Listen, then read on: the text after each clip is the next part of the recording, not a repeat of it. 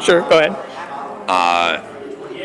I got involved in 1989 after I had worked for the Chicago Daily News and Sun-Times, and then took a break for 5 years from newspapering in 1984 because I thought I was at the right time to write the great American novel, and that didn't happen.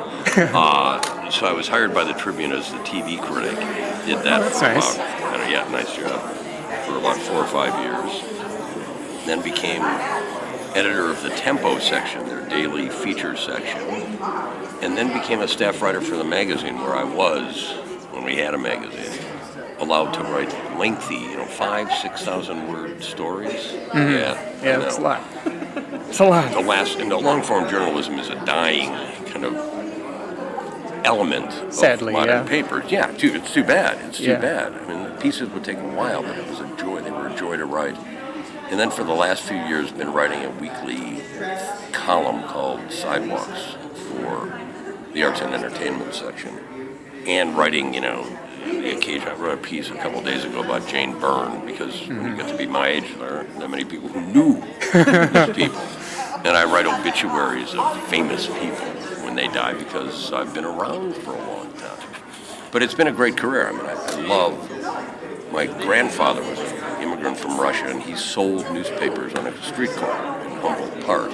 Nice. Yeah, and then my father became a newspaper man, and I grew up kind of in the business, and frankly not knowing what else to do, really. And was just drawn to the excitement of it all. And it still is exciting. It's not anywhere near as exciting as it was when there were 4 newspapers in this town. Right. And 4 times as many reporters all fighting for stories. But it's a great thing. I don't want to sound Pollyanna-ish to you guys, but there's a real joy in having to go out every day and find something that not only fires your passion, but fires your passion in a way that makes you want to tell other people about it. Whether it's investigating some, shithole, some shitty county commissioner, or finding a new theater group, or finding an interesting person. Yeah. Because I know in this age of Twitter and everything else that everybody thinks there's still always going to be stories out there. That's true. And I think stories that people want to read and see photographs with too. Yeah. And it'd be a sad day if print ever dies. And there are a lot of people who will tell you, oh, print's on its way out. I don't believe that. I don't believe that either. It's sort of like, not everybody buys it. Not everybody wants a hamburger, goes to McDonald's. They go to other places, nicer places. There will always be a place for print, and I hope you guys wind up doing something in print. Yeah, You're doing it now. There's a real jolt to it. There's something about the permanence of print and the relationship you have when you read a newspaper. Yes, I agree. It's not like reading something, no offense to any kind of internet stuff, because there's a place for that now too.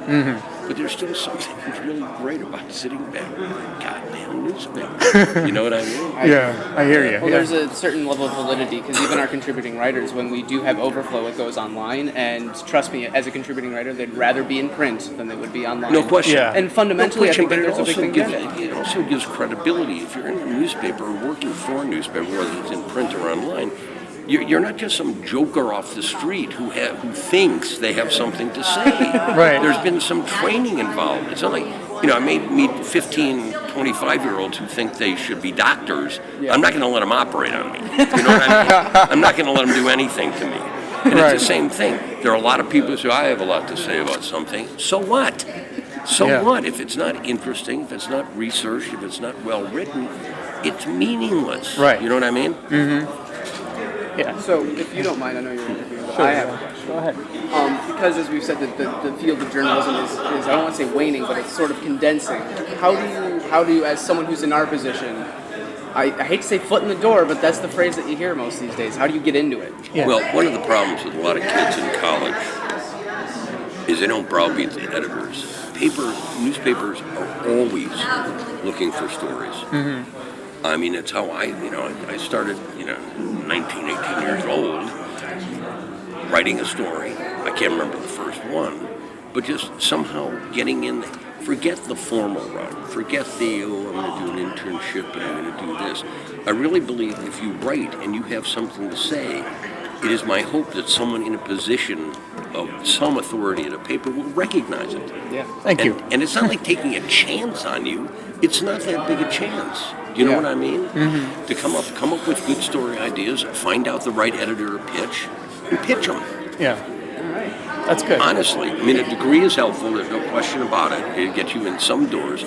But the whole route of, applying to 50 papers, get some clips, start writing for papers now. I mean, this is an untapped area for a place like the Tribune. Yeah. And just read the paper and say, they have nothing about this. Find out, email me, rkogan@tribune.com, and say, hey, Mr. Grant, I got a good story about this. Who's the editor?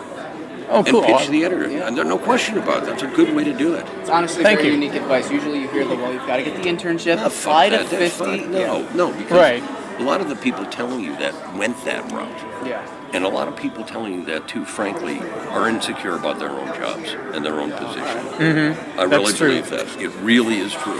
Why would they want to give a break to it?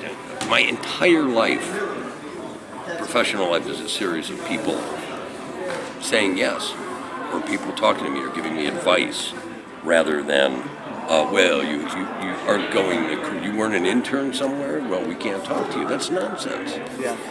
Because people like Mike Royko, the greatest columnist in the history of Chicago, he didn't go to college. He got a job at City News Bureau when there was one, and someone recognized his talent. And offered him a job at the Daily News. Mm-hmm. It happens. Don't get caught in that whole ego.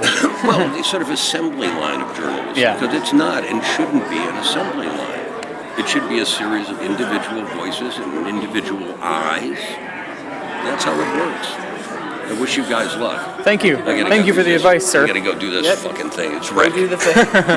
Thank you again. Thank you. These things drive me nuts. As you say. Thanks. Thank you. Good luck, too. Thank you very much. I mean, that's for real. We appreciate it. Thank you.